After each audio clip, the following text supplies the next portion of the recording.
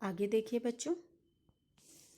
बसंत पर मेघों की सांवली छाया में अपने इंद्रधनुषी पंख फैलाकर नीलकंठ एक सहजात लय ताल में नाचता रहता। मतलब जब बसंत घिर कर आता, जब बादल आते, तो नीलकंठ नामक मोर जो है वो एक धुन में अपने लय ताल पर नाचता ही रहता था। लेखिका को नीलकंठ के नाचना बहुत अच्छा लगता था। अनेक विदेशी महिलाओं ने उसकी मुद्राओं को अपने प्रति व्यक्त सम्मान समझकर उसे परफेक्ट जेंटलमैन की उपाधि दी थी। नीलकंठ और राधा को वर्षा ऋतु बहुत अच्छी लगती थी। राधा मालूम है ना बच्चों कौन थी? मोरनी, जो मोर के साथ ही रहती थी। उन्हें बादलों के आने से पहले उनकी आहट सुनाई देने लगती थी। बादलों की गड़गड़ाहट, वर्षा की रिमझिम, बिजली की चमक जितनी अधिक होती थी, नीलकंठ के नृत्य में उतनी ही तन्मयता और वेग बढ़ जाता। तन्मयता का मतलब होता है खिंचाव या बहुत ही ज़्यादा उत्सुकता, और वेग मतलब होता है गति। बरसात के समाप्त होने पर वह दाहिने पंजे पर दाहिना पंख और बाएं पर बायां पंख फैलाकर सुखाने लग जाता था। उन दोनों के प्रेम में एक दिन तीसरा भी आ गया। उन दोनों के प्रेम में एक दिन तीसरा भी आ गया। आगे, एक दिन लेखिका को बड़े मियाँ की दुकान से एक घायल मोरनी 7 रुपए में मिली।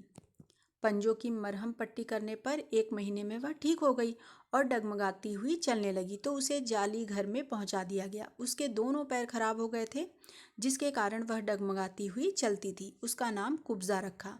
समझ में आ रहा है बच्चों आपको? एक मोर था जिसकी गर्दन नीली होने के कारण उसका नाम नीलकंठ रखा गया। और जब शुरू में लेखिका जो है मोर और मोरनी का जोड़ा लेकर आती है, तो उसमें मोर का नाम नीलकंठ और मोरनी का नाम राधा रखा, क्योंकि वो हर समय मोर के साथ रहती थी।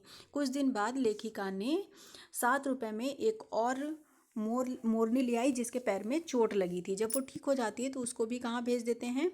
पक्षी घर में भेज देती है अपने पास, जो उसके वहाँ पर था, और उस मोरनी का नाम रखा कुब्जा। नीलकंठ और राधा को वह जब भी साथ देखती उन्हें मारने दौड़ती। उसने चोंच से मार मार कर राधा की कलगी और पंख नोच डाले थे। नीलकंठ उससे दूर भागता, पर वह उसके साथ रहना चाहती थी। कुब्जा के किसी भी पक्षी से मित्रता नहीं थी बच्चों। क्यों? क्योंकि उसका स्वभाव जो था वो कैसा था? ईर्ष्यापूर्ण था। कुछ समय बाद राधा ने 2 अंडे दिए। वह उन अंडों को अपने पंखों में छिपाए बैठी रहती थी। जैसे ही कुब्जा को राधा के अंडों के विषय में पता चला, तो उसने अपनी चोंच के प्रहार से उसके अंडों को तोड़ दिया। नीलकंठ इससे बहुत दुखी हो गया। लेखिका को आशा थी कि कुछ दिनों में सब में मेल हो जाएगा, परंतु ऐसा नहीं हुआ। उसके मन से ईर्ष्या नहीं गई। आगे, 3-4 माह के बाद अचानक एक दिन सुबह लेखिका ने नीलकंठ को मरा हुआ पाया। न उसे कोई बीमारी हुई थी और न ही उसके शरीर पर चोट का कोई निशान था, लेकिन लेखिका ने उसे अपनी शॉल में लपेटकर संगम में प्रवाहित कर दिया। संगम का मतलब होता है जहाँ पर 2 या 2 से अधिक नदियों का मिलन होता है। नीलकंठ के न रहने पर राधा कई दिन तक कोने में बैठी रही। नीलकंठ का इंतजार करती रही, परंतु कुब्जा ने नीलकंठ के दिखाई न देने पर उसकी खोज आरंभ कर दी। एक दिन वह लेखिका के उल्लेसियन कुतिया कजली के सामने पड़ गई। कुब्जा ने उसे देखते ही चोंच से प्रहार कर दिया। कजली ने अपनी स्वभाव के अनुरूप कुब्जा की गर्दन पर 2 दांत लगा दिए। कुब्जा का इलाज करवाया गया, परंतु वह नहीं बची। राधा नीलकंठ की प्रतीक्षा कर रही थी। बादलों को देखते ही वह अपनी केका ध्वनि से नीलकंठ को बुलाती।